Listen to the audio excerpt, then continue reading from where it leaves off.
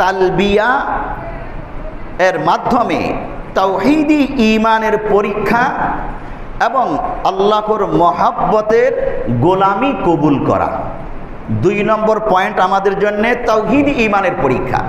আপনি আপনার তাওহীদি ঈমানকে রক্ষা করতে গিয়ে বিভিন্ন পরীক্ষা আসবে।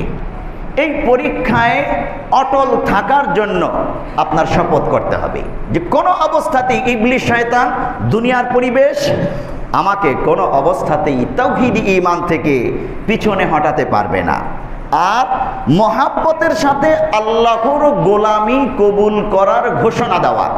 তালবিয়া যেটা আছে লাব্বাইক আল্লাহুম্মা লাব্বাইক লাব্বাইক লা শারীকা লাক লাব্বাইক ইন্নাল হামদা ওয়ান নি'মাতা লাক ওয়াল মুলক লা শারীকা লাক। এই বাক্যটা তাৎপর্য আমরা বলেছি আগে। এই বাক্যটা হলো আল্লাহর প্রেমের বাক্য, তাওহীদের ঘোষণার বাক্য।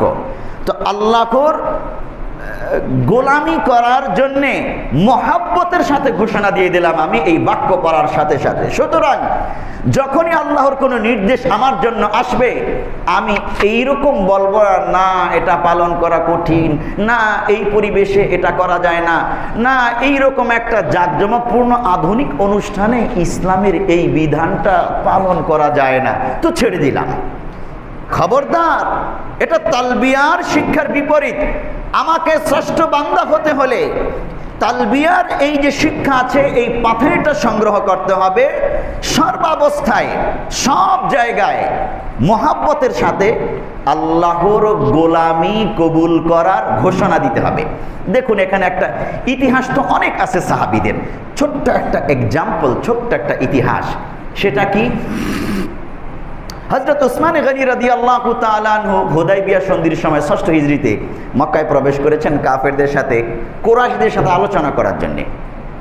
এমন সময় তার ওই লুঙ্গিটা নিসফে সাক ছিল, এটা আগেও শুনেছেন আপনারা, অনেক উপরে, মানে টাকনুর 1 বিঘত উপরে। তো মক্কার যারা কাফির লিডার ছিল ওরা তো একবারে টাকনার নিচে ঝুলিয়ে পড়ে। তো ওসমান রাদিয়াল্লাহু তাআলা তো ধনাঢ্য সম্ভ্রান্ত ব্যক্তি ছিলেন, তাকে দেখি বললেন কাফের লিডাররা মক্কায় যখন প্রবেশ করেছে, আরে ওসমান তুমি এটা কিভাবে পরেছ, এত উপরে তুমি পরেছ, লুঙ্গি ঠ্যাঙ্গা ঠ্যাঙ্গা লাগে, নিচে নামিয়ে পড়ো, দেখো না আমরা কিভাবে টাকনার নিচে ঝুলিয়ে পড়ি, অন্যথায় তো নেতা নেতা মনে হবে না।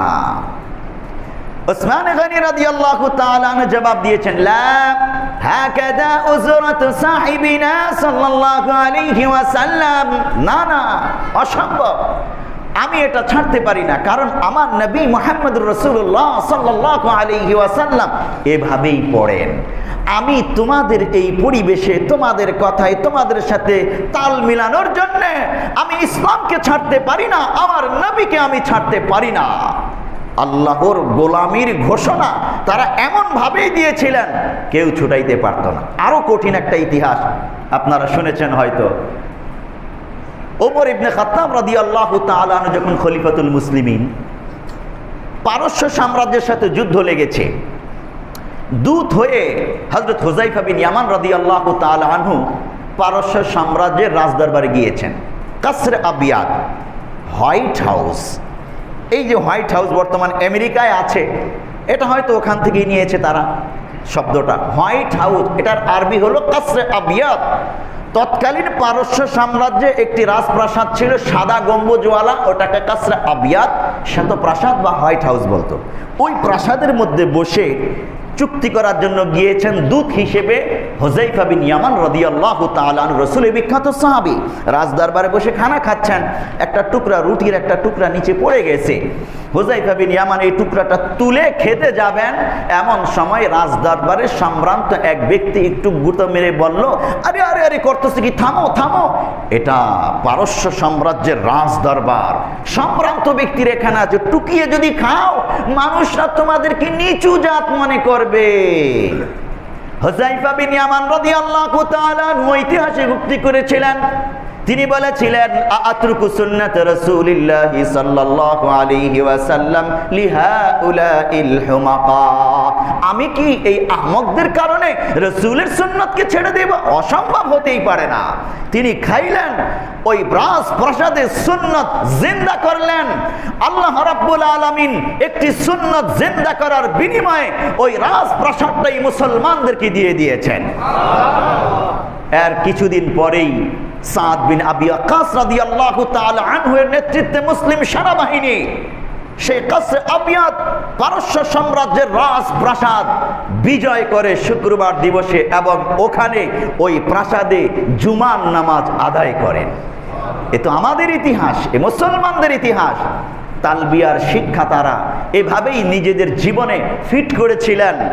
তারা পাথেয় সংগ্রহ করেছিলেন মজবুত ভাবে। আল্লাহ তাআলা বলছেন, ওয়া মিনান নাসি মান ইয়াত্তাখিযু মিন দুনিল্লাহি আনদাদা ইউহিব্বুনাহুম কাহুব্বিল্লাহ। মানুষের মধ্যে কিছু মানুষ এমন আছে যে তারা গায়রুল্লাহকে ভালোবাসে আল্লাহর মতোই, নাউযুবিল্লাহ। আর ওয়াল্লাযীনা আমানু আশাদ্দু হুব্বাল লিল্লাহ, যারা ঈমানের ঘোষণা দিয়েছে তারা আল্লাহকে ভালোবাসে কঠিন ভালোবাসা।